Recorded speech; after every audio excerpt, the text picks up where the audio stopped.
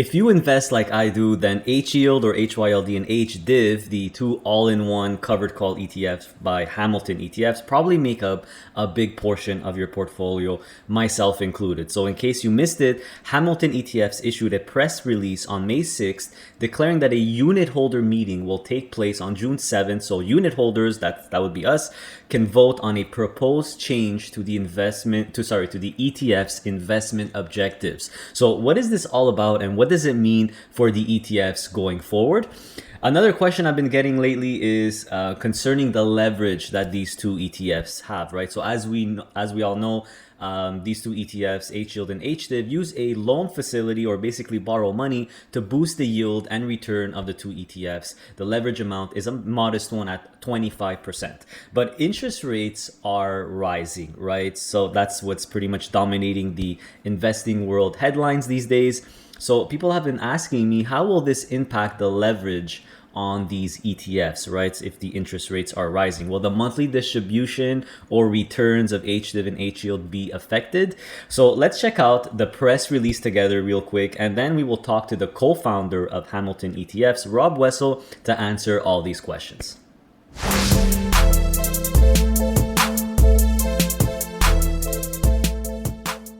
All right, everyone, let's check out the press release together real quick. So I am on Hamilton ETF's website. I'm on the press release here, and I highlighted the important parts. So this is actually a quote from Rob Wessel. So he says that the investor reception to the launches of HDIV and HYLD has been tremendous. We know that's true. The AUM speaks for itself. We believe the proposed changes to the ETF's investment objectives and strategies reflect their growing size, and that removing the requirement to track external indices will provide greater flexibility to react to the evolution of the US and covered call ETF market, as well as unexpected changes in market conditions and/or developments impacting any constituent exchange traded funds, which means any of the ETFs inside the funds.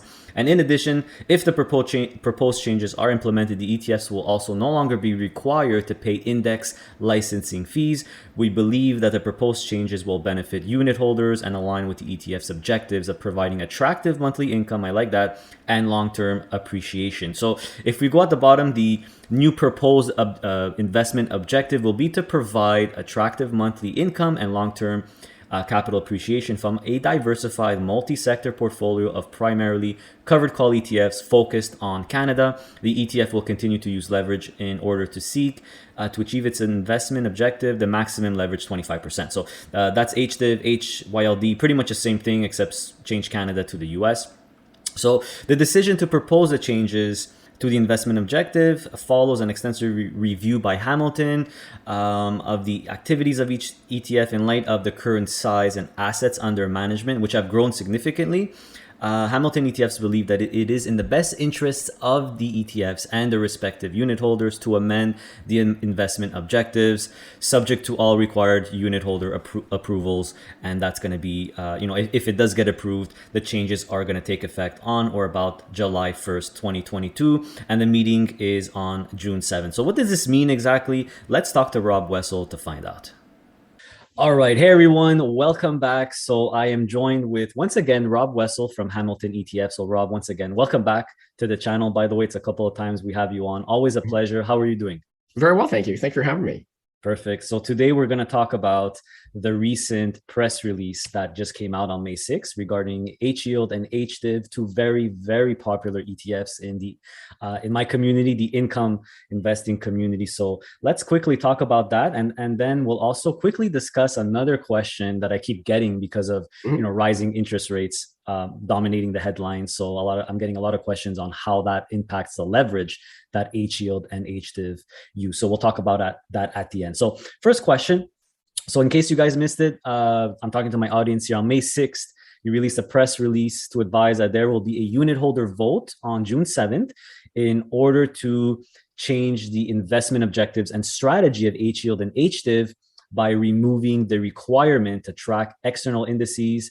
That will provide greater flexibility to react to the evolution of the US and Canadian covered call ETF market. And in addition, the proposed change, if they're implemented, the ETFs will also no longer be required to pay index licensing fees. So tell us what that's all about, Rob, if you don't mind. And I think you have to mention your disclosure first before we get started as well. Yes. So just the standard disclaimer, which will be at the bottom of this video, but also on our website, hamiltonetfs.com/legal, just for the standard disclosures and disclaimers. In terms of removing the index, so it's a bit convoluted, but it's not as big a change as it might sound. For example, the investment objective right now, or the proposed investment objective, is probably not meaningfully different than what investors thought it was when they bought the ETF, which is trying to provide attractive monthly income and long-term capital appreciation with a portfolio of multi-sector covered call ETFs. So, but the initial idea behind the index is that we would try to create an index, use Selective, and then that would give prospective investors an idea as to how this portfolio would have performed over a period of time. Obviously, Selective is an independent provider; they do their own math, and that would give people some sort of third-party idea, if you will. And so that was great.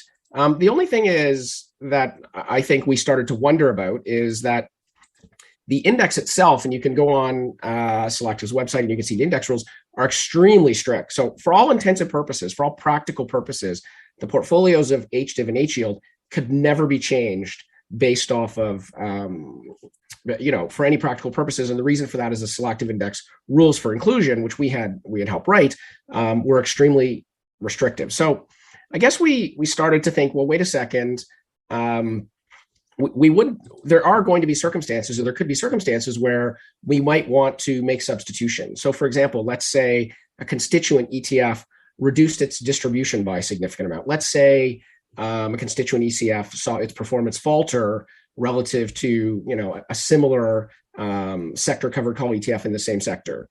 Let's say, for example, they changed how they manage the portfolio or their covered call strategy. So our idea here was to sort of think ahead. We have no desire to make significant changes. The funds are doing extremely well. We're very happy. They're acting in the way we want them to act. So, the other thing is, if approved, these two ETFs can make other changes. Let's say, for example, we wanted to add an ETF, which we thought would help us better track the TSX 60 for HDIV or the S&P 500 for HYLD. Or let's say, for example, there was a newer ETF, a better ETF, or a cheaper ETF that gets launched. We could consider adding it or substituting. As you know, Adrian, better than virtually everybody, the covered call universe in the United States is actually quite small. Yeah. So this gives us the opportunity, if new fund managers launch covered call ETFs, we might be even better able to try to mimic and provide an income version of the S&P 500, for example. Yeah, and it's funny that you mentioned that, but Global X just came out with a fourth covered call ETF to add to their suite. So that's actually a really, really perfect example. So Right. Just to summarize, Rob, so I just want to make sure my audience is not confused here. When we talk about the indices that the ETFs track, so HDIV and HYLD, we're not talking about HDIV via the TSX Composite Index or HYLD in terms of trying to follow the S&P 500. That's not the indices we're talking about. We're talking about the selective ones that Correct. That's right. I'm sorry. Yes, ETFs to clarify, that's are built on. Right. Okay. Yeah. Perfect. Now I should also point out. Sorry. You're gonna. I'll wait for the next question. Sorry. No, I'll go ahead. Continue. Well, you were going to ask. Anyway. We were going to talk. Referencing in the press release that the ETFs are no longer going to pay licensing fees. Yes, that was my next question. Yeah. So these fees are not particularly high. Having said that, though, we still plan on paying for the index ourselves and still, making that index available. So for those who own HDIV and HYLD and want to be able to see how they're doing relative to those indices, they'll still be able to do so. Okay, perfect. So we'll still be able to compare that selected index, which kind of tracks HDIV, compare it to the Canadian stock market. I really like those graphs on your website, by the way, where I could actually compare, past performance to the actual index. Okay, so that's perfect. So correct me if I'm wrong. What I'm hearing, I think this is a good thing because it gives you correct me if I'm wrong here. Let's say one of the ETFs in HDIV, one of the ETFs in HYLD, something goes wrong. You find a better version from another provider out there. Right now, with the rules in place, you can't swap. You can't do anything. That's right. I have that. So with these, this unit holder meeting and approval, if it gets approved, you'll have more flexibility to manage a little bit better the ETF, or decide which constituents can go in, could go out, and stuff like that, right? Yeah, and we could even change the number of ETFs in the portfolio as well. So for example, if a provider in the United States or even a Canadian provider launched a US covered call ETF that we thought helped us get a mix that more closely matched the S&P 500, we could add that ETF, for example. Okay, perfect. I see it as a good thing. I mean, you Yeah, we definitely think so want to too. have more flexibility. I had no idea that you couldn't change the composition of HDIV or HYLD right now or something. So I had no idea. So it's good to know, and I would probably definitely before this change. So let's talk quickly about the objective, right, of HYLD and HDIV. You kind of talked about it earlier in your intro there, but the objective for each fund, and I quote, this is from your press release, will be to provide attractive monthly income and long-term capital appreciation from a diversified multi-sector portfolio of primarily covered call ETFs in the US, obviously US for HYLD, Canada for HDIV. Right. So it seems like the high monthly income, which my community, which myself are always looking for as, you know, the primary, most important thing, that won't change. That's still going to be the primary objective. Is that correct? Oh, absolutely. I mean, these funds have been very successful. They've grown very, very quickly. We have no desire to, I mean, they're doing exactly what we want them to do. So no, we have no desire to make, some sort of structural change, for example. We want these two ETFs to be correlated. We want HDIV to be correlated with the TSX 60. We want HYLD to be correlated with the S&P 500. We want them to be high income versions of those two great indices. We also want to try to mitigate the yield return trade-off that's embedded in covered call ETFs by using this modest amount of leverage. So what we do think is we think these changes, they shouldn't scare anybody. They shouldn't, have anybody believe that there'll be some sort of change in direction or anything like that. We just think these changes will give us some sort of security, some sort of comfort, and they'll help us, we think, over the long term achieve these objectives. Perfect. Sounds good. Yeah. And you could clearly see the success. The AUM is climbing rapidly on both of them. Yeah. Both of them have had little dividend increase as well, which I thought probably would never come with these types of funds. So it was a welcome surprise to myself and the community. So definitely awesome ETFs. Really, really like them.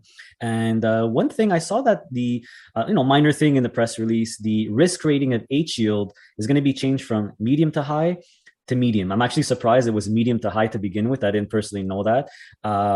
So can you talk a little bit about the risk rating change? I know it's a lot of regulatory and it's a bit not complicated. It's a bit technical, but once we remove the selective index, we changed the reference index for the risk rating to the TSX 60 and the S&P 500, and that just brought it down modestly. Okay, not a problem. So not a big deal there. No, not at all. Okay. Perfect. So I think I'm good in terms of what the changes are going to be. In my opinion, it's very positive. I had no idea that in case something happened, you weren't able to swap out one ETF for one covered call ETF for another one inside it. So I think it's a good thing. I do want you guys to have that flexibility. So I'm pretty sure the vote will go through. And so I guess if unit holders do want to vote, they gotta, I've never actually done it personally before. I kind of just, I don't even look at the papers I get, but technically I think you have to go through your broker, right, to do that? You're going to get, the mailings have gone out. You should get what they call notice of access, and that'll give you information on how you can go online and vote. Okay. And the unit holder meeting is a virtual, anyone could just go on there, sign up and okay, cool. That's right. So, okay, perfect. So the next topic I want to get into is another question I've been getting a lot on HYLD and HDIV is the leverage, right? So we know that these two funds both use 25% leverage, which is actually, I consider it a small amount, modest amount of leverage, but it is technically a loan facility, borrowed money. And there's a lot of rumblings, right? Interest rate hikes are coming. They've already started to come. And a lot of my members are like, well, isn't it going to negatively impact HYLD and HDIV because they use leverage? The leverage costs are going to go up. So can you talk to us a little bit about how interest rate hikes are going to impact the leverage that HDIV and HYLD actually have? I mean, so that's an excellent question. We get that obviously a lot ourselves. There's really kind of two things for people to know. The first one is, to your point, Adrian, the leverage or the loan, is very modest. It's only 25%. And the second thing is that we borrow at institutional rates. So we're a spread over Bank of Canada. So let's say it's it's surprisingly modest. So let's say Bank of Canada rate goes up by 25 basis points. then basically the change or the increase in the cost of financing is only 6 basis points. So 25 basis points times 25% is basically just over 6 basis points. That's very So low. even if if interest rates go up 50 basis points, then that's on an annualized basis. So that means if they go up 50 basis points over the next 12 months, the debt service or the cost of financing goes up by about 12.5 basis points. So it's not really all that significant. And the reason, again, is we borrow at institutional rates, which are very, very low. And the loan, quite frankly, or the leverage is very modest at only 25%. So basically a good rule of thumb, whatever you think interest rates are going up, just multiply that percentage of, or that number of basis points. Let's say it's 50 by 25%, and then you're at 12.5 basis points, give or take. Okay, so the big question, I have is, is it possible that these interest rate hikes impact in any way, shape, or form either the performance of these ETFs or, more importantly, the monthly distributions? I don't think there's a chance that you'll cut the monthly distribution just because the leverage costs increase a little bit, right? No, not at those quantums. No. Yeah, I mean, listen, at the end of the day, the fund borrows money to buy additional units of the constituent ETFs. Yeah. And if interest rates go up, then the cost of financing will go up. But again, these two variables, the fact that the leverage is modest and the fact that the rates are so low, the impact on the ETFs is not significant based on what you would what, say, the market is looking for interest rate increases in aggregate, over the next year and a half, for example. Yeah. Yeah. And like you mentioned, it is institutional leverage, right? You guys That's borrow right. money a lot cheaper than We do. I could get margin at in my Quest Trade or team. No question. It's significant. World, right? It's fractional. Yes, that's right. Fractional. Okay, perfect. So I'm good. I'm warm and fuzzy. I think you answered all the questions. I'm sure my audience will be happy. And the reason why is, HYLD and HDIV are very unique, very special funds. I think they're awesome. And for many of us income investors, they're really the cornerstone of our portfolio. So I'm talking to my audience here. Rob has been awesome. The lines of communication are always open. So if there's any future changes or anything like that, I'm sure Rob would be more than happy to come on the channel like he's done. So thanks a lot, Absolutely. Rob, thank you for joining us. And of course, thank you for these ETFs, by the way. I mean, they provide a lot of income for us. No, thank you. And thank you to your audience. Thank you to your followers who place their trust in us. We take that very seriously. And, for those that really love these selective indices, they'll still be able to access them and see how we're doing relative to them. So that should give hopefully some comfort. And if it goes through, you'll have more flexibility. So Correct. I like no that. question. If there's a new covered call ETF comes out, there's several tech ones, for example. There's several utilities ones. So that's exactly right. If ever a new one comes out, you'll be able to take that old one out and put it back in. Or instead of having 7 ETFs in there, you could put 9 ETFs. So it gives you a lot more flexibility. I think it's a good idea. I honestly had no idea you weren't able to juggle or play around with the ETFs inside it, but hopefully the vote will go through and it will happen. So we hope so too. And for those of you who get your mailings, it's pretty easy to vote. It would be great if you were supportive of the changes. And so if there's anything we can do, we just let us know. I'll probably do it myself, and it's going to be the first time I ever do it. So I definitely suggest my audience to do it too. If you own these 2 funds, I know most of them watching do. So I think all in all, it's a good thing. And the second point, and thanks for answering it, Rob, the interest rate hikes, very, very small to minimal changes, if anything. And it's not like the distributions will be impacted or anything like that. It's a small. Well, we definitely don't foresee that. Perfect. That's great. So once again, thanks a lot, Rob, and I'll have you on anytime. See you soon. No, thank you. Thank you for the invite, and thank you very much.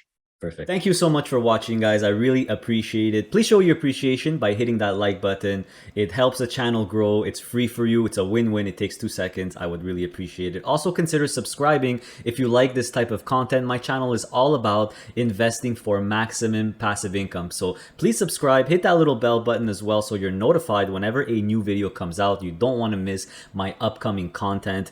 And of course, make sure to visit our website, passiveincomeinvesting.ca. That's where you could purchase and sign up for my digital product, the ultimate DIY investing package, which is on version 3 right now. So I'm very proud of this product. I'm very proud of this package. It comes with lifetime updates, so you only have to buy it once. And when you do, you will have all the next updates for free. And I do plan on making version 4, coming out with version 4 in Q3 of 2022. So that package will help you invest on your own. Basically, it has lists of funds, ETFs, closed-end funds, split funds, as well as a lot of sample portfolios. I have sample portfolios for Canadians and Americans, and tailored to different investing needs, not just income like I do, but also growth, also dividend. There's low risk income, aggressive income. So it's a very, very cool product to really help you build your own portfolio. That's really what it's designed for. So make sure to pick it up if you haven't already purchased it. And of course, there's also a bunch of free tools and resources on my website at the top right, free tools and resources. And right there on the homepage, I do offer a one-on-one consultation service with yours truly. So if ever you want really more personalized help, you could book a one-on-one with me. We'll have a 1-hour Zoom call. I'll go over your existing portfolio. I'll help you transition to an income portfolio. I'll answer all your questions, whatever your needs are. I really love helping people out, and my appointments do sell out very, very quickly. I apologize. I can't do more than 4 a week because I need time to do the content, to publish more content, of course. So just look at the little message on top of the calendar right there on the homepage to get a status of the appointments. Usually I will open up the appointments for the next month on the 25th of each month. So stay tuned for that. And also, if you want to join our community, we have a Facebook group with over 10,000 members now. Passive Income Investing, that's the name of the Facebook group. So if you like this sort of content, I strongly suggest you join the Facebook group. We monitor it very closely for spam, so it's very, very clean, and everyone shares their ideas and shows their portfolio and the income they're making every month. It's very, very exciting that the community is growing. So make sure to join us on Facebook. We're also on Instagram. So Instagram, make sure to follow us if you want a little bit more personal content on our life, including our move to Panama. So if you want a little bit more personalized content to us, you could always follow us on Instagram. So the mission of this channel, my mission, will never change. It will always be the same, everyone. It's to help everyday, normal, regular people invest on their own, to do it yourself investing, so they could build their own stream of passive income and enhance their quality of life and eventually become financially free, financially independent like us. So with that, take care, guys. Make sure to stay healthy, stay safe, and of course, stay passive. See you next time.